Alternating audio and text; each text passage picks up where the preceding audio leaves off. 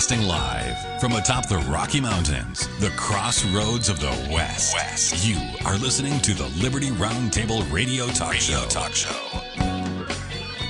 Happy to have you along, my fellow Americans and people around the world. This is indeed Liberty RoundTable Live. What does that mean? Hard-hitting news the networks refuse to use, no doubt, starts now.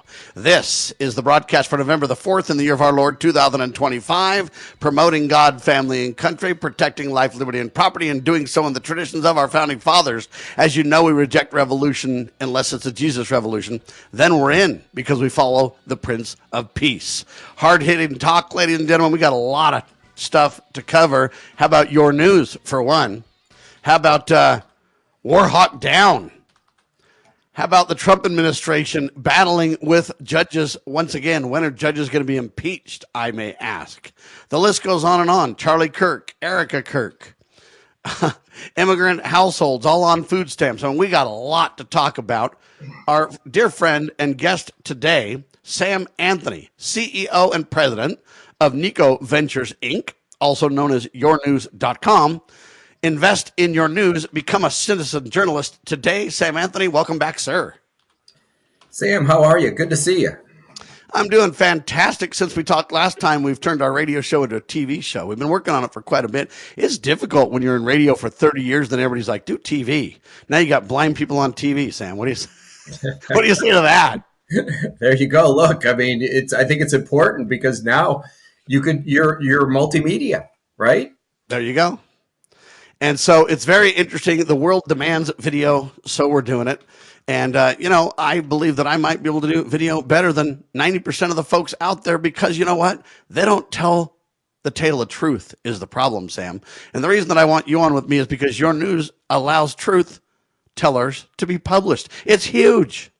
Yes, I agree with you. It is definitely huge. But, the good news is the legacy media is just crumbling. On LinkedIn, there's 500,000 people that don't have jobs that, were displaced by the legacy media, and another couple 100,000 student journalists that can't find jobs. So all that is going away. And what will replace it will be a product like what we do, putting the power to press back in the hands of the people. Amen to that, ladies and gentlemen. If you want to learn more, yournews.com. You can become a citizen journalist and get involved. But I want to kind of give you my headline. They say Dick Cheney dead. That's the mainstream press, they're telling you. And they're all going through these big contortions of how awesome Dick Cheney was. This just tells you, in my humble opinion, the lies that these people are willing to tell. They can't tell the truth even when he's dead. They got to just codify and try to put in the annals of history their lies. So my headline says this: Warhawk Down. Dick Cheney, the architect of America's forever wars, is dead. And that, I think, really speaks to the truth. This guy was a war hawk. Just think how many billions of dollars we spent on war, how many people are dead as a result around the world that are innocents, all because this guy said, there's weapons of mass destruction, and there was none found. So here's a mainstream press clip from CNN to highlight what I'm talking about. Then we'll break it down with Sam in seconds. Gradually, I realized that the person who was best qualified to be my vice presidential nominee was working by my side. For most of his adult life, Richard Bruce Cheney was the ultimate Washington insider. That I will well and faithfully discharge the duties of the office on which I am about to enter. the duties of the office on which I am about to enter. Named as George Bush's running mate in 2000, Dick Cheney quickly forged a public identity as a no-nonsense, disciplined gatekeeper, a powerful politician to whom and through whom access and influence flowed.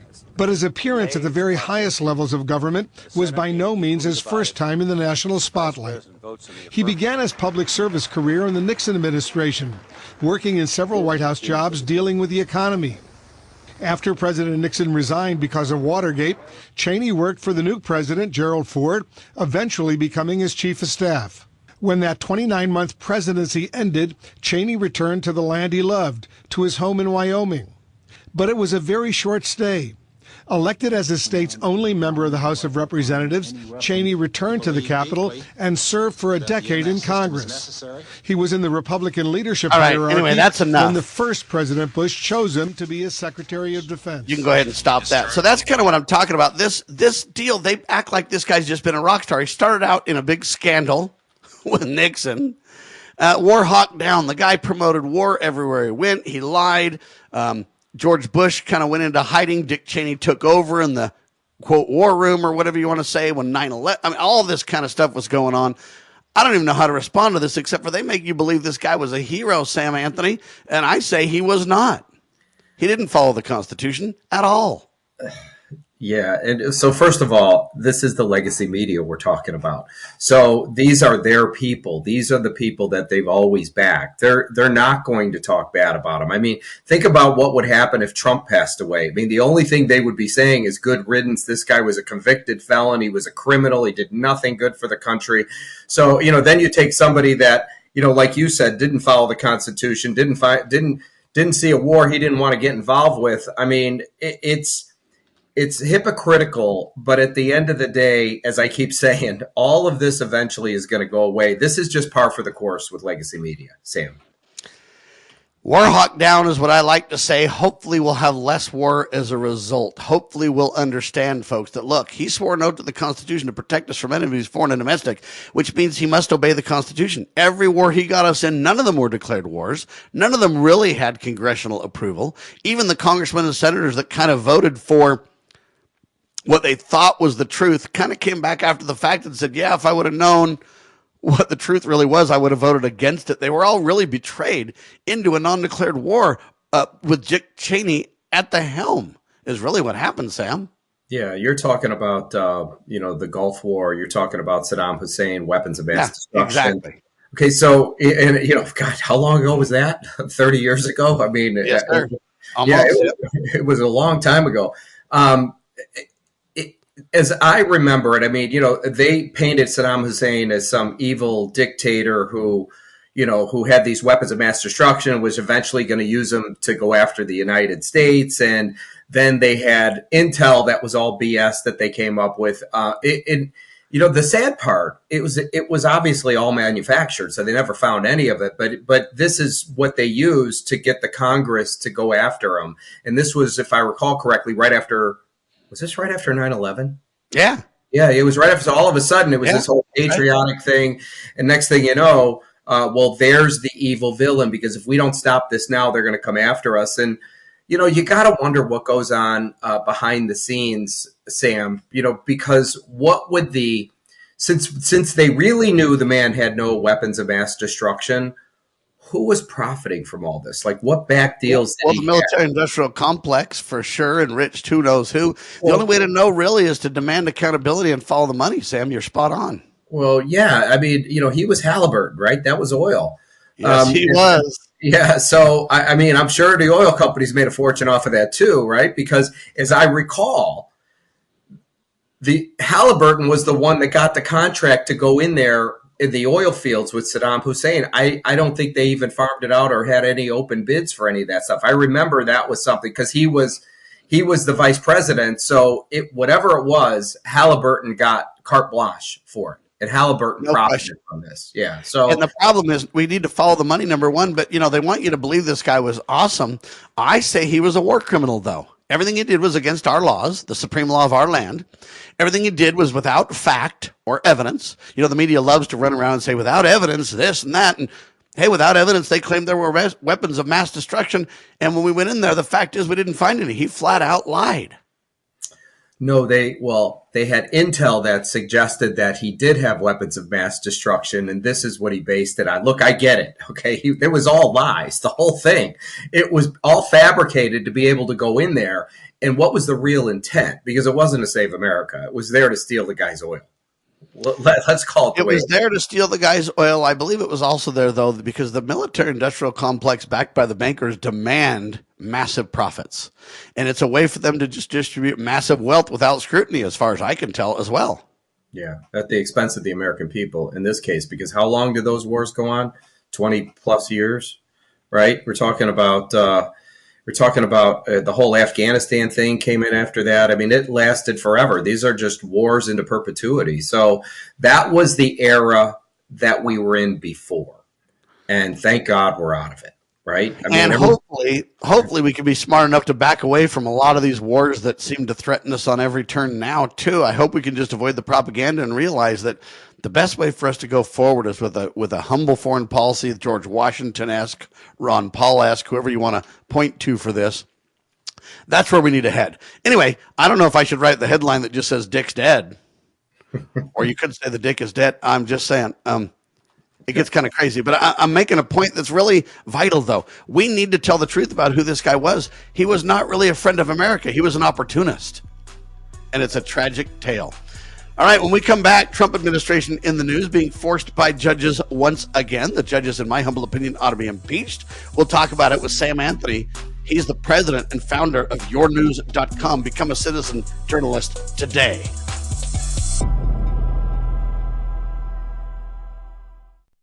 Why don't we say to the government writ large that they have to spend a little bit less? Anybody ever had less money this year than you had last? Anybody ever having a 1% pay cut? You deal with it. That's what government needs, a 1% pay cut. If you take a 1% pay cut across the board, you have more than enough money to actually pay for the disaster relief. But nobody's going to do that because they're fiscally irresponsible. Who are they? Republicans. Who are they? Democrats. Who are they? Virtually the whole body is careless and reckless with your money. So the money will not be offset by cuts anywhere. The money will be added to the debt, and there will be a day of reckoning. What's the day of reckoning? The day of reckoning may well be the collapse of the stock market. The day of reckoning may be the collapse of the dollar. When it comes, I can't tell you exactly, but I can tell you it has happened repeatedly in history when countries ruin their currency. Introducing PrepStartsNow.com, your ultimate guide to readiness and peace of mind. We offer practical preparedness tools, training, and education to take your family's household readiness to the next level. Browse the prep shop for essential products, check out our planning guides, and stay informed with our prep blog. Visit PrepStartsNow.com and subscribe to our emails for exclusive offers, new products, and future events. Remember, preparedness begins with PrepStartsNow.com. Former Sheriff Richard Mack recounts in his book The Proper Role of Law Enforcement how he came to realize while working as a beat cop how wrong the all-too-common orientation of police officers is when they think of their job as being to write tickets and arrest people. Richard Mack tells of his personal transformation from by-the-number cop to Constitution-conscious defender of citizen safety and freedoms. Learn what it really means to serve and protect. Purchase your copy at CSPOA.org. That's CSPOA.org.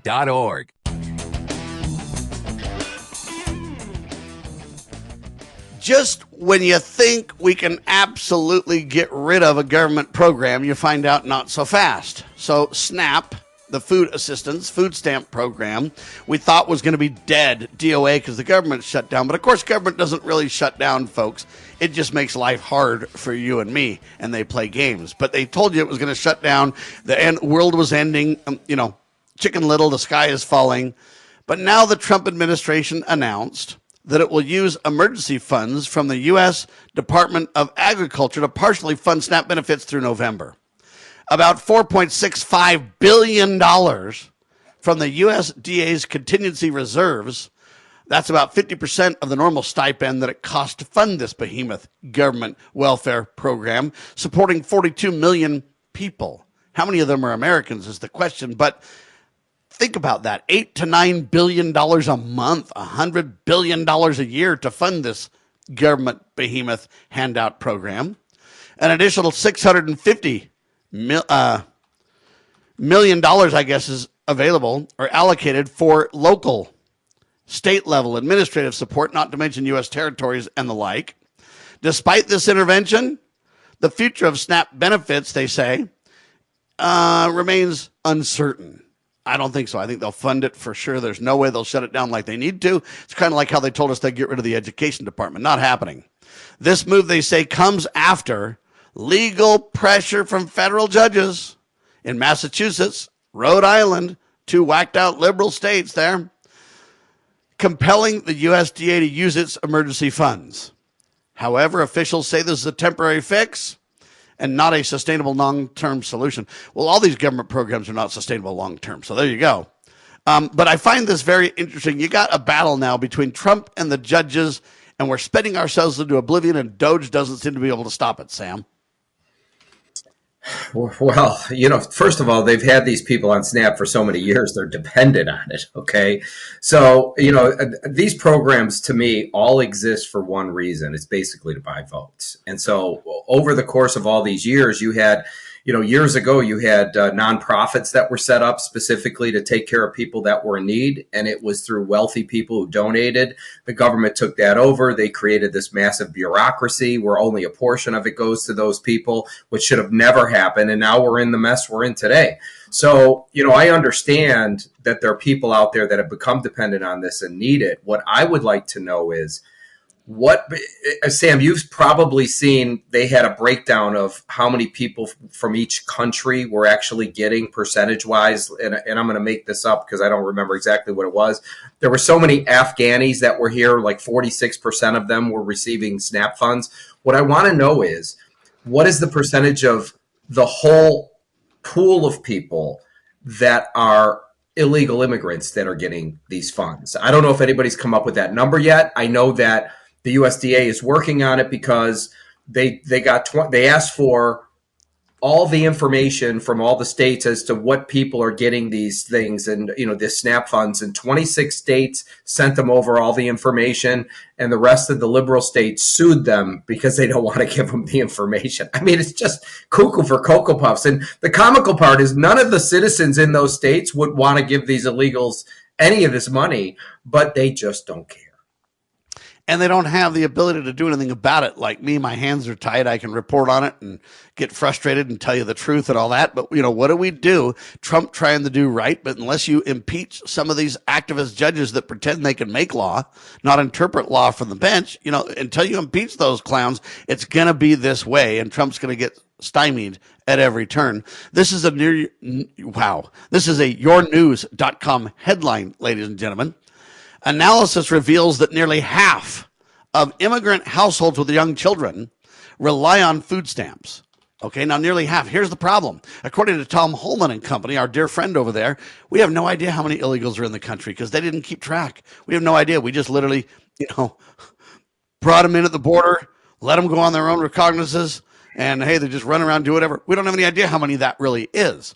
But my guess is that we've got probably 20, 30 million illegals in the country.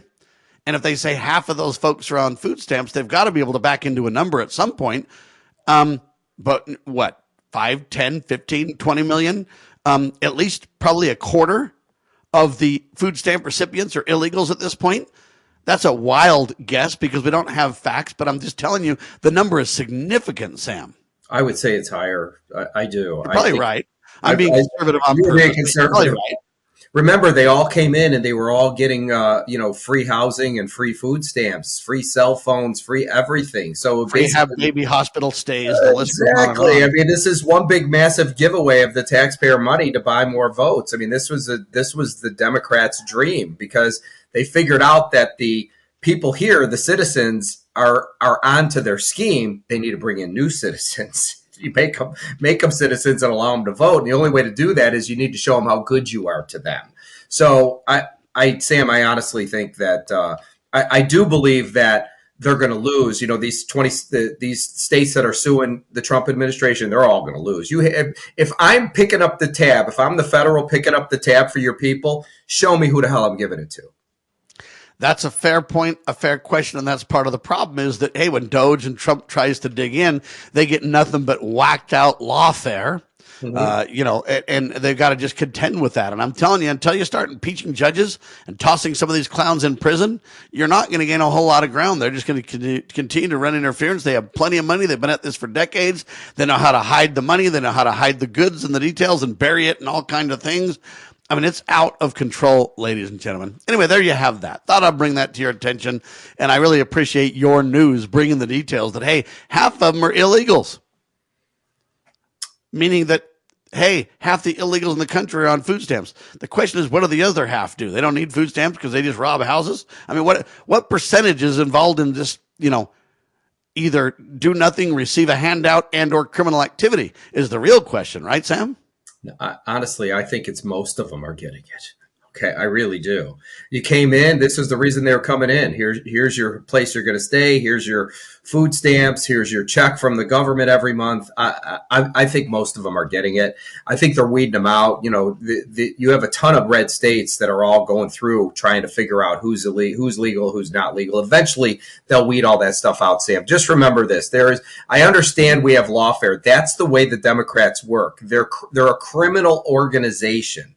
Okay, disguised as a party that is trying to destroy this country. Think about it. I mean, you know, Trump is tariffing people so we could bring in money so that we can pay the bills of this country, and they even are fighting him on that. Okay, it's like he's treating it as a business, and we have money coming in. Oh no, we can't take that money. Oh my God, you're making the country solid and sound. We can't have that.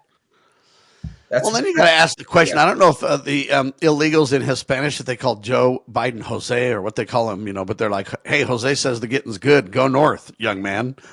Like, what the heck is happening? Anyway, I thought I'd bring that to your attention. There's so much news, ladies and gentlemen, worth discussing. We'll just never get to all of it. But I want to talk about Erica Kirk for a second, because your news has some pretty interesting tidbits regarding that story as well. You know, nobody really believes the government official story on the Charlie Kirk assassination. Okay. The problem is there's like 4 or 5 theories out there, people making claims. A lot of the theories out there don't really pass the scrutiny test.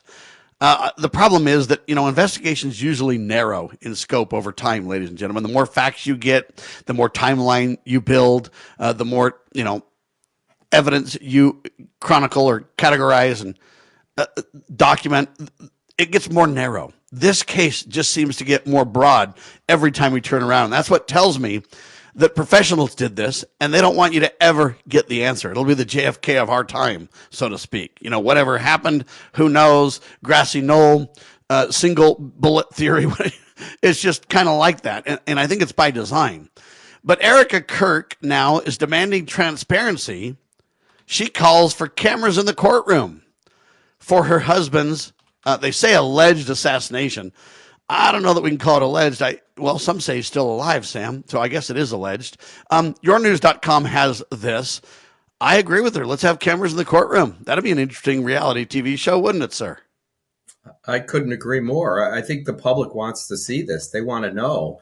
And, you know, I got a hard time believing that, you know, this was some kind of conspiracy theory. I know Candace Owens thinks it is. I listened to her yesterday, and you know, and I'm not an expert on this stuff. It just seems to me that you have to trust the people that, you know, you put in place. And I can't imagine. I mean, remember, Bongino knew him, Kash Patel knew him. You know, we're talking Charlie Kirk. These people considered him a friend. I do not believe. And first of all, Charlie Kirk is a threat to nothing. Okay, I mean, all he was doing was shedding light on specific topics and open to debates with these young college kids. So I don't really understand what it is that he was saying that would be a threat to anybody, period. They just didn't like him. And I would have a hard time believing that Dan Bongino would go along with something that was not kosher on this. I don't buy that at all. I would suspect that if he saw something was wrong, he would come out and call BS in a minute and go right back to his podcast and start talking about it. He would quit. So I hope you're right, and I think under normal circumstances that might be true. I do know, though, that the deep state has a way of threatening your family and shutting up even the most intrepid people from time to time. The problem is we don't know who's involved, and the hesitation that I have about many of the reporters speaking out about this is they have half-baked details that I would hardly call evidence. Even Candace Owens talks and talks and talks, but she's not really bringing the evidence that she claims she has in enough details. There's a lot of circumstantial questions, but not really evidence. As we continue, we'll talk more about the FBI's probe into the assassination of Charlie Kirk. It's been widened to include armed queers. We'll tell you about that with international ties. So very strange stuff indeed. Sam Anthony with me, ladies and gentlemen, president and founder of yournews.com. You're watching Liberty Roundtable Live.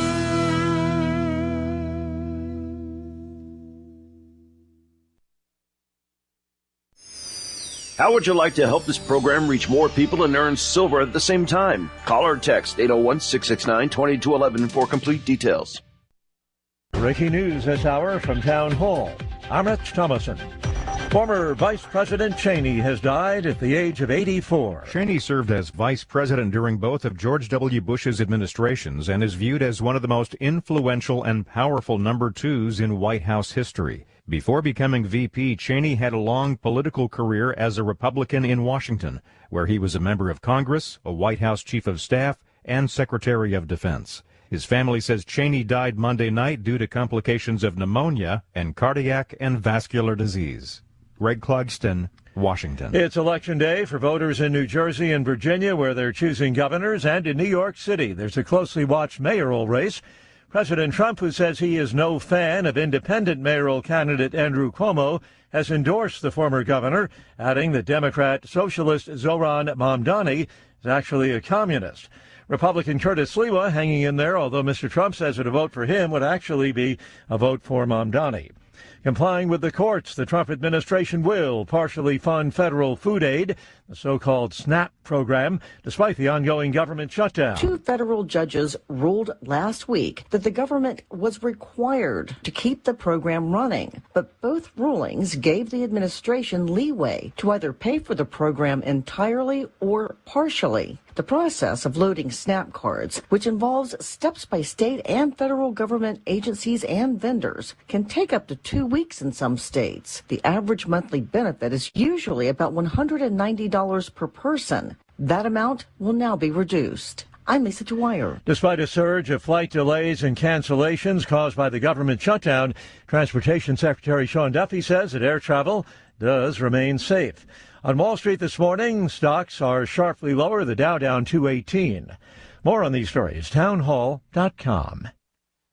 Hey, I'm Mike Slater. My dad passed away at the age of 63. It's out of nowhere. Had a stroke. Super hard, obviously, for the whole family, but my dad had life insurance. This is why I have life insurance for my family, for my wife and 4 kids. And the best place to get life insurance is ethos.com, because you can do it in 10 minutes. And there's no medical exam and no blood test, just a few health questions. Get life insurance in 10 minutes so your family is protected. Ethos, E-T-H-O-S, ethos.com/Mike. Do you have $10,000 or more in credit card debt? Are you barely getting by making minimum payments? With credit card debt reaching all-time highs, National Debt Relief is letting everyone know about great debt relief options now available to help people with overwhelming credit card debt. These options may reduce a large portion of your credit card debt. Get a free debt relief consultation when you call 800-304-3399. 800-304-3399.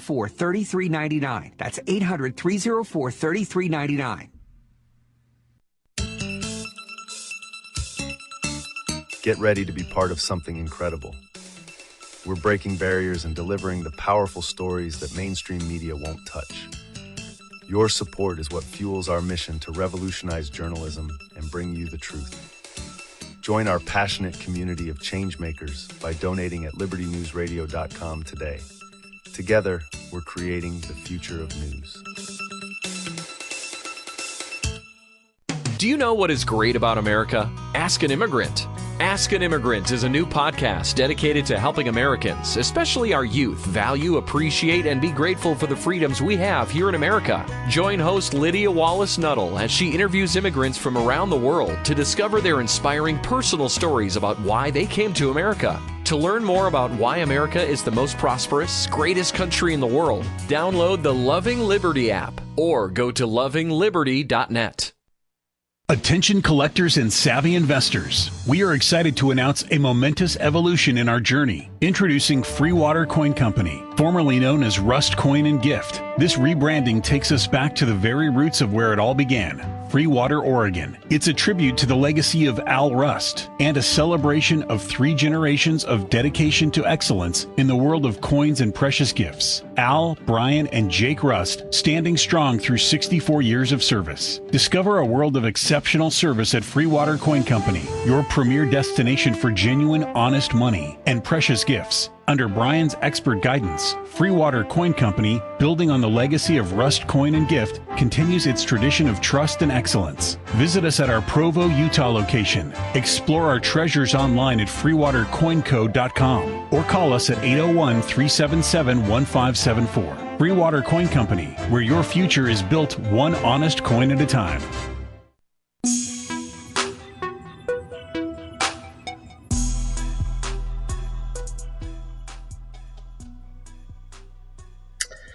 So Your News is a hyper-local news content distribution platform. It would look like any news website, just we operate in every city in the United States with the ability to not only publish content by subject and geography, but target ads as granular as one zip code. This is the model that ultimately will become the next mainstream media. There's a social component where the public can interact and share in the narrative locally. And there's a monetization model like YouTube where content creators could submit their work and they could submit it freely without censorship, and they could share in the ad revenue in a self-service ad platform, or somebody could buy an ad and target to one zip code or anywhere in between. So all news organizations are aggregators, meaning people that have news will send what's called a press release to the media. The news organizations aggregate all that information and they decide what they're going to air or publish. So we're an aggregator of the identical content.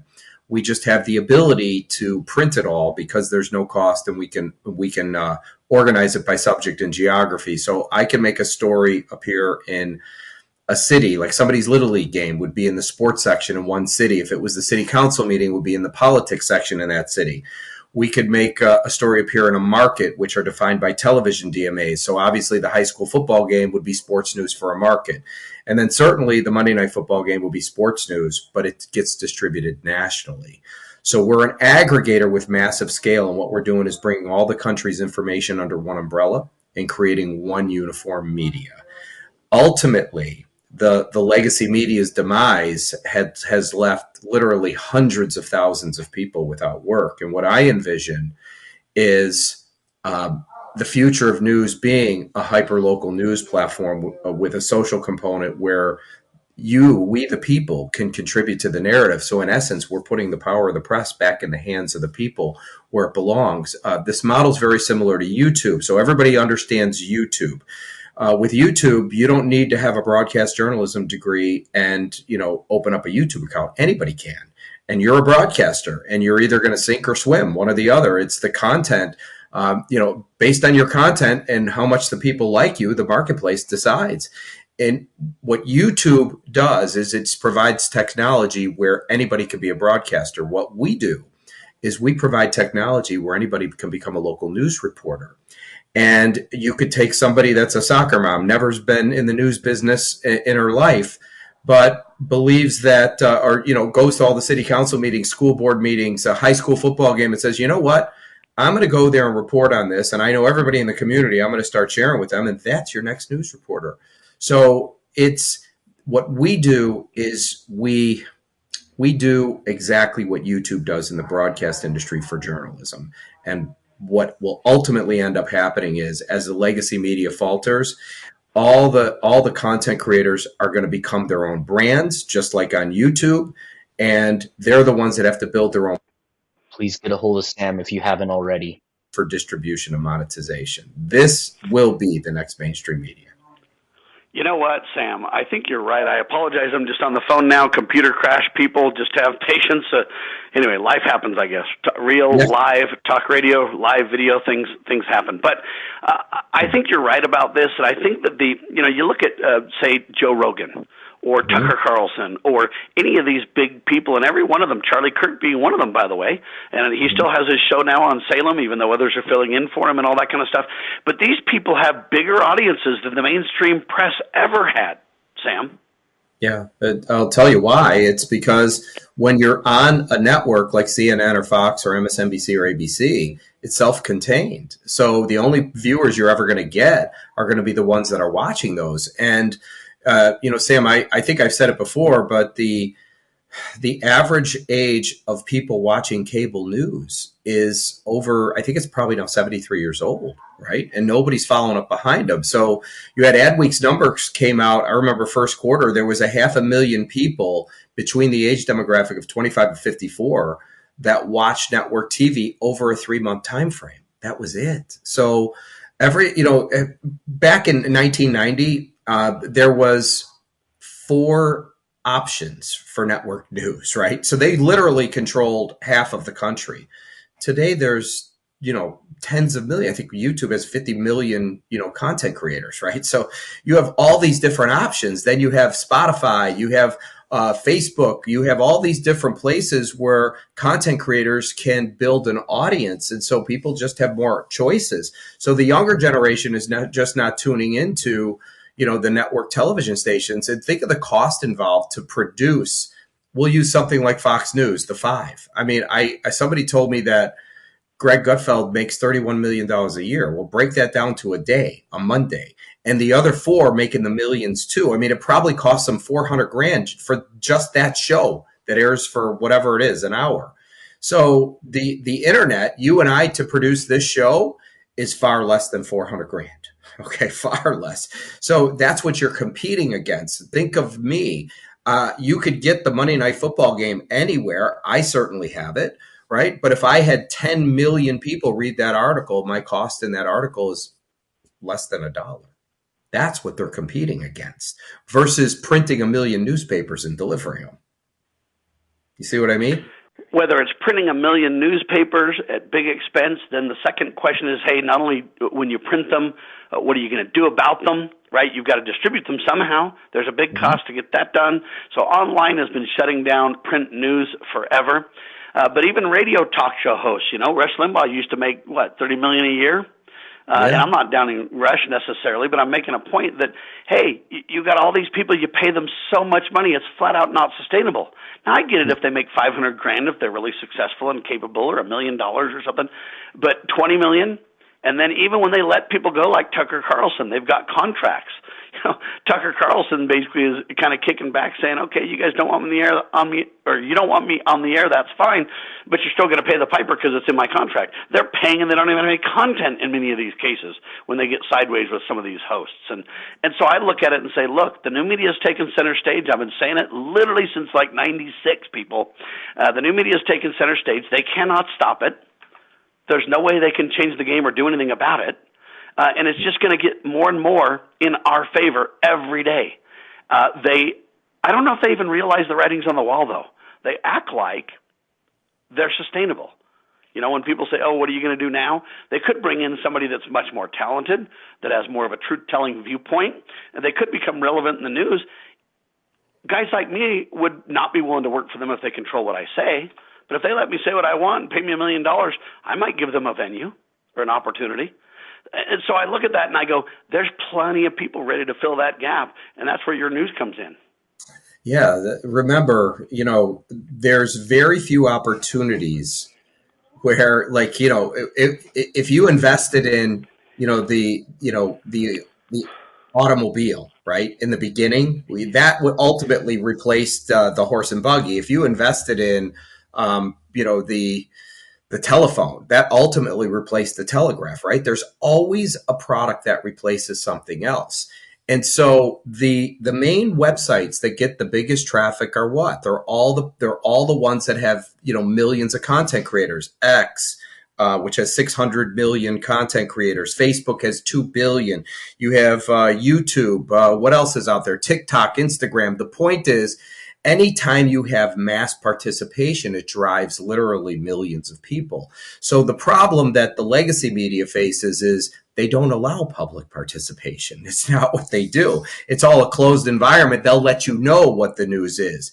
What our platform allows is for independent journalism all across the country. And the niche is the local news, which anybody could get. The Monday Night Football game you can get anywhere. You can't get the high school football game anywhere. So It's that niche. And remember, there's 20,000 cities. So, Sam, if I only had 5 people a city, it's 100,000 news reporters.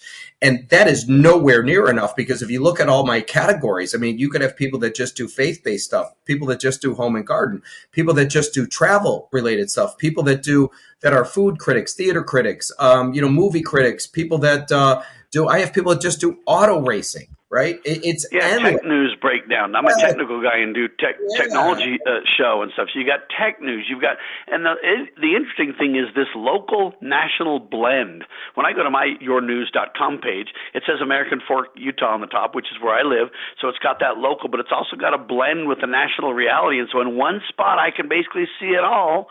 And I can learn to follow my favorite content creators, whether it be video, whether it be audio, whether it be articles in the news, that blend of multimedia all on one page, tailored to me. Anytime I want, boom, it's there. I mean, that's really going to be the key. Every one of these new media organizations have a niche. TikTok is the short videos designed to make you just scroll forever.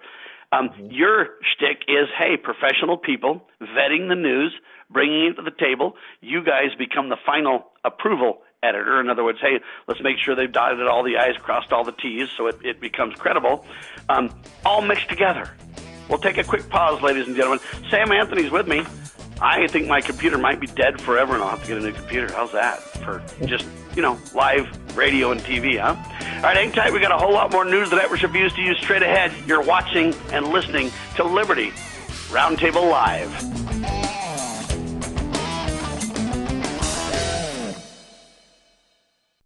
In the medical field, IT security is crucial. Our highly skilled consultants are HIPAA certified and have 20-plus years of experience servicing medical clinics, billing, and supply companies. We offer comprehensive endpoint protection, guarding your computers and servers against all stages of threats. And with our 24/7 monitoring services, you'll never worry about extensive downtime again. Ready to level up your IT support? Call 801-706-6980 today and discover how great IT services can be with managed IT services.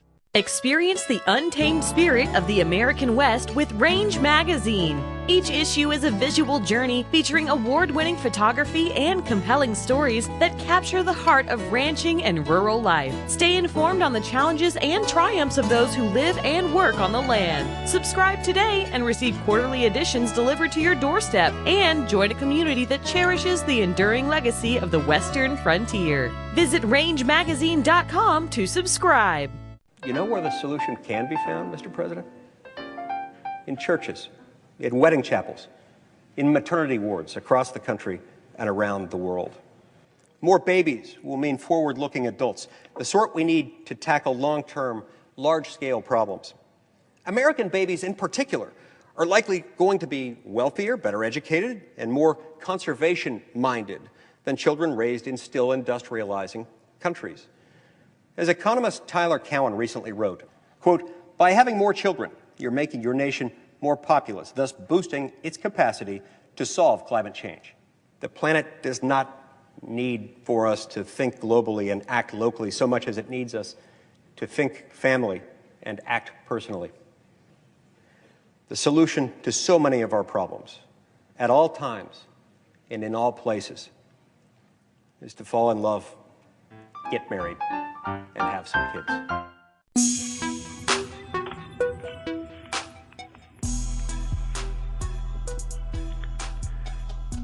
All right, back with you live. Sam Anthony, yournews.com, founder and president with me. There's so much to talk about. Your news making a huge difference in the world, in the news, changing the game, if you will. And it's, new media has taken center stage. Liberty Roundtable has been at the forefront of this forever. I made one of the top 100 talk show host list. I don't have a big corporation backing me. I don't have big money like the other guys. Everybody else on that list has, big radio stations and networks funding them and everything else. And so, new media people are taking the world by storm. Big companies never create anything anymore. All they do is buy up somebody who does. So, Sam, don't sell. Yeah. I thank you for saying that, because that's exactly how it works. Nobody creates this stuff. They just buy everybody else's. You're right. Yeah. Innovators like Sam and Sam are making the difference. And I want to go back to this Charlie Kirk discussion a little bit. So Erica basically saying, hey, she wants this stuff on camera. Now Erica Kirk in a situation where You guys have put some news out about some of this stuff too. Everybody's kind of following this. What's interesting to me is this. There's a big viral hug between J.D. Vance and Erica Kirk that I find fascinating. A lot of people say that, hey, J.D. is going to leave his wife. I don't know that I believe all that. I just find it very interesting that in the era of no facts or lack of detail, if you will, you've got everybody going berserk with conspiracy everywhere. And I'm telling people to back away from it because we don't have any evidence for a lot of this stuff, Sam. So I agree with you. So if I'm not mistaken, wasn't that photo taken at the, not funeral, but, at the stadium in Arizona? Isn't that when it was taken? If I'm wrong, let me know. But, the woman just suffered a massive loss and she was hugging somebody, she's hurting. And, all of a sudden, rumors are flying. It's all BS, Sam. You shouldn't even pay attention to any of that stuff because it's all fake news completely. Where do we go with this stuff, though? How do we get rid of the conspiracy and get fact? Kash Patel says he's going to look into this. We haven't heard a single word. You've got the college paving over the, I don't know what you want to call it, the site with pavers or whatever. You've got them destroying evidence. You've got the so-called lover boy, whatever it is, somehow said he was cooperating, but now he's just gone. No one knows where that person is. It seems like we're being punked on this thing is the problem. Everybody wants to grab onto their favorite conspiracy theory. I'm not prone to do that. I'm prone to say we don't know what's going on, but what we do know is this. There's too many conflicting details to think what we're being told is accurate. I do agree with you, Sam, but remember, you talked about the, the deep state. And to me, the deep state is not this administration. I don't believe that. No, there may be people still there that were part of the deep state, but for the most part, the heads of these departments, you either trust them or you don't. So I don't have enough facts to be able to conclude anything on Charlie Kirk other than what I saw on video or what I've heard. But you have to trust these people. And, if you don't trust them, what the hell are they there for? I would have, like I said before, I would have to say that, one of the guys that I really believe is true blue is Dan Bongino. He is not covering up anything for anybody. I don't buy that for a minute. That guy will go off the rails if somebody's doing something that he doesn't like. So I think you're right, and I think Kash Patel, and I publicly endorse Kash Patel, by the way. I don't believe Kash Patel's in there to play games either. What I don't know is what's happening behind the scenes, and it might be a simple case of, hey, guys, we're not going to have loose lips that sink ships until we really get a handle on this thing. And it may be very complex indeed if you follow the money, if you follow the evidence and everything. It may be more complicated. My hesitation about it is when we go in and say, hey, we're going to get the Jeffrey Epstein files, and then we come back and be like, no harm, no foul, nothing here, guys. And then we have conflicting information all over the place about Charlie Kirk, and then you start to go, what is happening? I don't believe these people would betray us, but I do believe they may be forced to compromise. And what if they just come out and say, hey, we're going to kill your family if you don't shut up? We're going to, at some point everybody breaks, for example, if they get tortured. Nobody can last with the modern techniques of torture. I'm not saying anybody's being tortured. I'm just saying we don't have any details to know what's really happening here. And we know even the best of people under circumstances can be persuaded to say nothing, or maybe not even been given a venue to say what they want to say. I don't know this. I just find very conflicting evidence. For example, Candace Owens. She's saying a lot of stuff, and somehow she has an inside track, supposedly. My response is, it's time to shut up or prove it. Lay out all the evidence if you've really got it. If you don't, I don't know why we're really discussing it. And so that's kind of where I am from a news perspective, Sam. Yeah, I think you let the people you trust do their jobs. And you either trust them or you don't trust them. And if you don't trust them, then what the hell are they there for? But if you do trust them, let's hear what they have to say. I mean, there still hasn't been a trial on this yet, right? So right. we have to wait to see all this stuff play out, and you may be surprised. There may be some things in there that you didn't know about. Exactly, and that's why I really like Erica saying, let's have the cameras in there. Let's go ahead and see what goes on. Let's let the American people have, why would we hide anything? If it's truly this one guy did go berserk and did kill Charlie and it was just a single one-man band show, then hey, let that evidence come out clearly and make the case for that. On the other hand, if different things get exposed, I think that Erica's right on when she says that. Yeah, nothing better than transparency. At least show the American people exactly what the evidence was and let them form their own conclusion. That's the best way to do it. Isn't that what news used to be about, Sam? And what we need to return to? Sam, we could go on forever on this topic. So, it turns out that, the good news is what we do allows the content creators, the news reporters, to be able to report the news without any censorship. So that's a good thing. But I will tell you that I get a lot of people that start writing news stories and halfway or 3/4 of the way down, it turns into an opinion piece, which I don't mind. I mean, I just look, I go, you got to be kidding me. So, they want it in politics, but it's got to go in opinions because they're putting their opinion in. And so this is what I say to everybody. Write your story, who, what, when, where, why. Let the public decide. Don't tell them what their conclusion needs to be. Let them form their own conclusion. That's news reporting, and I get it all the time. So we get a lot of news pieces that are really opinions that go in opinions. Well, and the next point about this is I don't have a problem if somebody expresses, hey, this is my view of how the Constitution is supposed to work. So take tariffs, for example. I support Trump on the tariffs because I think tariffs are constitutional. They're legal, they're appropriate. However, I do think Congress is derelict in their duty. Why isn't Congress, instead of arguing with Trump or having Mike Johnson come out and tell you don't follow Trump on tariffs, why doesn't he codify, because it takes, multiple branches of government, checks and balances, why doesn't he in the House and the Senate codify what Trump is doing?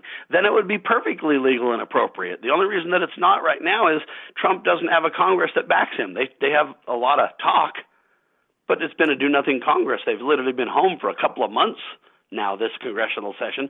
All they need to do is start codifying a little bit at a time, a single-issue bill here and there for Trump's efforts. I think Trump is trying to do a good job, but I think that he's being held back by his own people, his own party in many ways. And so that's my opinion. But constitutionally, there's checks and balances, and we've got to work within those, right? You do, and this is why the guy does all these executive orders, Sam. Right. It's because he doesn't because he doesn't want to have to deal with the crap.